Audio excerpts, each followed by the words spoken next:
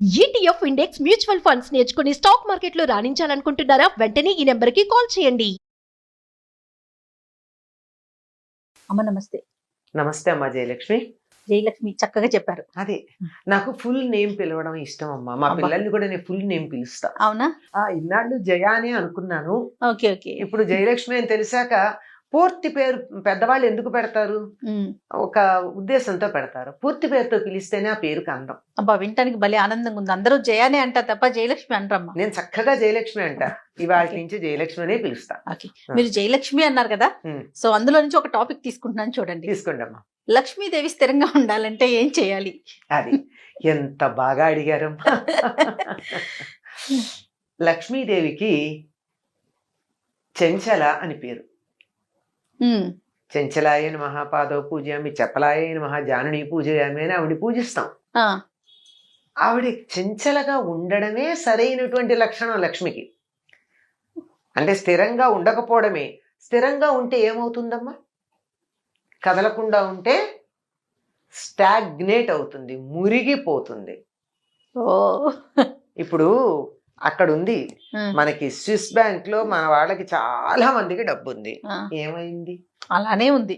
ఎవరికి ఉపయోగపడింది? ఆ రోజు పెట్టినప్పుడు ఓ 100, 1000, 1,00,000, కోటో యూరోలు, ఆ డాలర్లు. ఆ రోజు దాన్ని వాడుకుంటే బాగుండేది. ఇప్పుడు దాని విలువ ఏమైనట్టు? ఏదో యూరో విలువ పెరిగింది అంటారేమో, కానీ ఆ రోజు బంగారం కొనుక్కుని ఉంటే నాకు ఇంత విలువ వచ్చి ఉండేది. ఇవాళ అంతే ఉంటే ఏం పెరిగింది? ఆ రోజు నేను పొలం కొనుక్కుని ఉంటే బొళ్ళు తిని ఉండేదాన్ని, 10 మందికి పెట్టేదాన్ని. దానివల్ల ఇప్పుడు నాకేమిటి లాభం? కనుక ఏదైనా సరే చెంచలగా ఉండడం అన్నది లక్ష్మి యొక్క లక్షణం. సో స్థిరంగా ఉండాలని కోరుకోవద్దంటారా? స్థిరంగా మన ఇంట్లో ఉండాలి, కానీ చంచలమైన స్థిరత్వం ఉండాలి. ఆవిడ కదురుతుంది. అది ఎలా ఉండాలో చెప్తున్నాను. ఇంగ్లీష్లో కూడా కరెన్సీ అంటాం.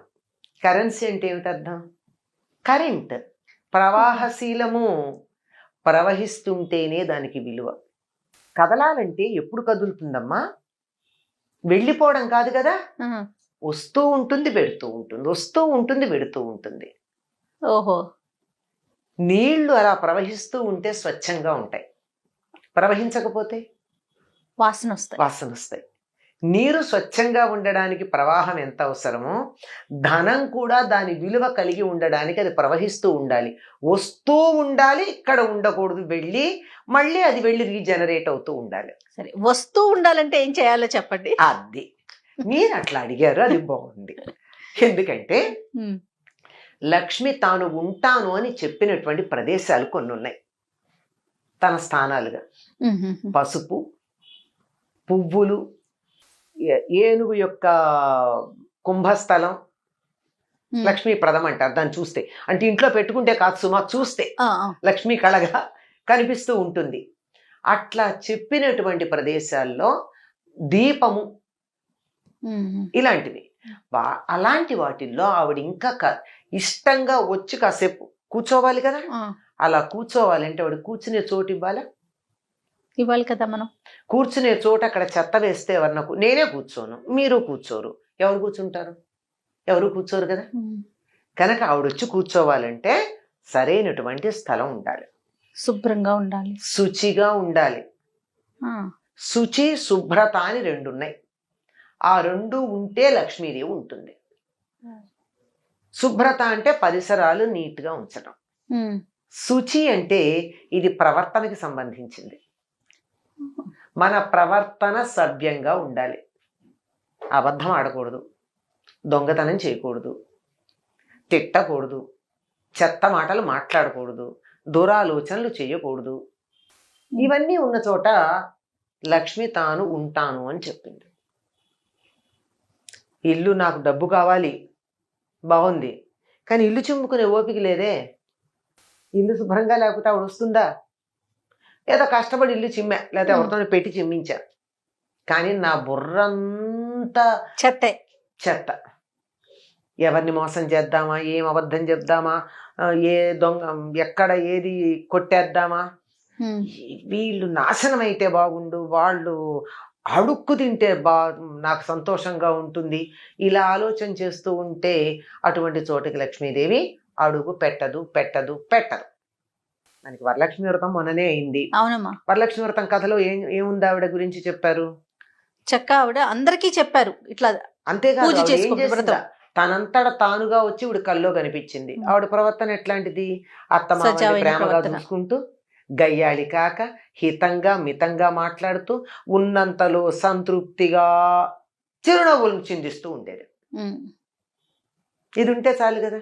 మనం అంటూ ఉంటాం కొంతమందిని చూసి, బా ఆ మొహంలో లక్ష్మీ కళ ఉట్టిపడుతోందండి అంటాం. లక్ష్మీ కళ ఉట్టిపడుతోందంటే అందంగా ఉన్నారనా? వాళ్ళు ఏం పెద్ద అందంగా ఏం ఉండరు. లెక్క ప్రకారం చూస్తే పెద్ద కళ్ళు కావు, కోటేరేసిన ముక్కు కాదు, మంచి రంగు కాదు, ఏమీ కాదు. కానీ చూడంగానే ఇంకా ఇంకా ఇంకా చూడాలనిపిస్తుంది. ఈల వేసి గోల చేద్దాం అనిపించదు, కానీ చెయ్యెత్తి దండం పెడదాం అనిపిస్తుంది ఆ ముఖం చూస్తే. అటువంటి దానికి లక్ష్మీ కళ అంటారు. ఎందుకుంటుంది? వాళ్ళ మనసు బాగుంది గనక.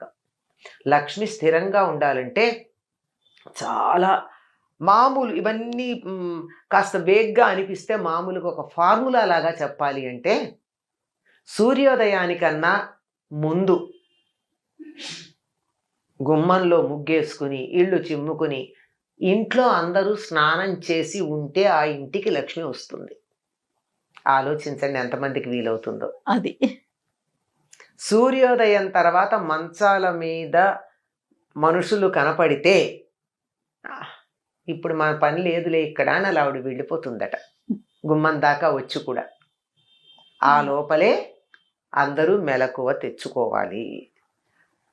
పాచి బట్టలు, పాత బట్టల మూటలు, చెత్త, బూజు, దుమ్ము ఉన్న చోట లక్ష్మీదేవి అడుగు పెట్టను అని చెప్పింది. సాలీడును కూడా స్త్రీ అంటారు, అయినా సరే ఆవిడ సాలీడు ఉంటే ఆవిడ ఉండదు. బూజులు వేలాడుతున్న ఇంట్లో, పాచి ఉన్న ఇంట్లో ఉండదు. స్పష్టంగా చెప్తుంది. విప్పిన బట్టలు దరిద్ర హేతువులు. మనకి ఒక జానపద గేయం ఉంటుందమ్మా, ఇంట్లో ఆడవాళ్ళు పాడుకుంటారు, ఆడవాళ్ళు పాడేదే. లక్ష్మీ జ్యేష్ఠ సంవాదం అది. అక్క చెల్లెలు. ధర్మరాజు యూదంలో ఓడిపోయాడు, అరణ్యవాసానికి వెళ్ళాలి, సంపదలన్నీ వదిలేసి అంటే జ్యేష్ఠాదేవి బాధపడుతుంది. ఆయన దగ్గరికి ఎట్లా వెడతాను, నేను వెళ్ళగలిగిన లక్షణం ఒక్కటి లేదు ఆయన దగ్గర ఉంటుంది జ్యేష్ఠాదేవి. కట్టి విప్పిన బట్ట కట్టడే రాజు, ఆడి విడిచిన నీరు ఆడడే రాజు. ఎట్లా పెడతానమ్మా నేను? ఒకసారి కట్టుకున్న బట్ట మళ్ళీ కట్టుకోడు, ఆయన దగ్గరికి ఎట్లా పెడతాను? ఒకసారి కట్టుకుని విప్పిన బట్ట దాంట్లో జ్యేష్ఠాదేవి ఉంటుంది, అంటే మలినం ఉంటుంది కదా. అవును. అందుకని ఆయన ఎప్పుడు అట్లా ఉండడు కదా, శుచిగా ఉంటాడు కదా. నేను ఎలా పెడతాను ఆయన దగ్గరికి? ఆడి విడిచిన నీరు ఆడడే రాజు. ఒకళ్ళు స్నానం చేసి వదిలిపెట్టిన నీళ్లు మళ్ళీ స్నానం చేయడం అంటే, మన వాళ్ళు మీకు గుర్తుందో లేదో ఇంట్లో చెప్తారు, ఒక పూర్వకాలం 10 మంది ఉన్న కుటుంబాల్లో ఒకళ్ళ తర్వాత ఒకళ్ళు స్నానాలు చేస్తూ ఉంటే, ఒకళ్ళు స్నానం చేశాక మిగిలిన నీళ్లు పారబోసేస్తారు తప్ప అందులో ఇంకోళ్ళు ఉన్నాయి కదా అని వాడరు. ఒకళ్ళు స్నానం చేసి వదిలిన నీళ్ళని ఇంకోళ్ళు స్నానం చేయకూడదు, అది దరిద్రం. ఇలాంటివి ఏవైతే ఉన్నాయో ఇవన్నీ చాలా చెప్తాయి. చేటలో పళ్ళను చెరపడే రాజు, ఇలాంటివి చెప్తుందంటే అంటే పాపం లక్ష్మీదేవి కూడా ఉంటుంది. నిజమే, మరి నేను మాత్రం వదిలిపెట్టి ఎట్లా పెడతాను ఈ లక్షణాలు ఉన్నవాడిని అని లక్ష్మీదేవి అంటుంది. సో తాను వెళ్తాను అంటుంది. ఈవిడేమో నేను ఆయన్ని వదలలేనంటుంది. వీళ్ళు జ్యేష్ఠాదేవి ఉంటే ఆయన దగ్గరికి నేను వెళ్ళలేను, ఒక్క లక్షణం కూడా లేదు నేను వెళ్ళాలంటే అని ఆవిడ అంటుంది. ఇవి లక్ష్మీదేవి ఉండాలి అంటే అంటే మొట్టమొదట ఇంటిని, ఒంటిని, బుద్ధిని శుచిగా పెట్టుకుని సత్ప్రవర్తన కలిగి ఉంటే లక్ష్మి అంటే కరెన్సీ ఏమో తెలియదు కానీ అన్ని లక్ష్ములు ఉంటాయి. ఆరోగ్య లక్ష్మి, సంతాన లక్ష్మి. సంతాన లక్ష్మి అంటే 10 మంది సంతానం కాదు, ఉన్న సంతానం సంపదలాగా ఉండడం. 4 కొడుకులు 4 దేశాల్లో ఉండి ఎవరో ఈడ్చి పారేసే పరిస్థితి ఉంటే సంతాన లక్ష్మి ఉన్నట్ట కాదు కదా. అవునమ్మా. సంతానం వేరు, సంతాన లక్ష్మి వేరు. లక్ష్మి వేరు కదా. ఇలా అన్నీ కూడా లక్ష్ములు ఏది మనం కావాలని కోరుకుంటామో అటువంటి సంపదలన్నీ ఇటువంటి సత్ప్రవర్తన కలిగినటువంటి చోట ఉంటాయి. మరి లక్ష్మి కావాలంటే ఎట్లా ఉండాలి? ఖచ్చితంగా శుచిగా శుభ్రంగా ఉండాలి. నోరు కూడా బాగుండాలి. అది మనుషులమే కాదు, నోరు కూడా. నోరు బాగుండాలి, మంచి మాటలు రావాలి నోట్ల నుంచి. అద్భుతం అమ్మా. Thank you. నమస్తే. నమస్తే అమ్మా.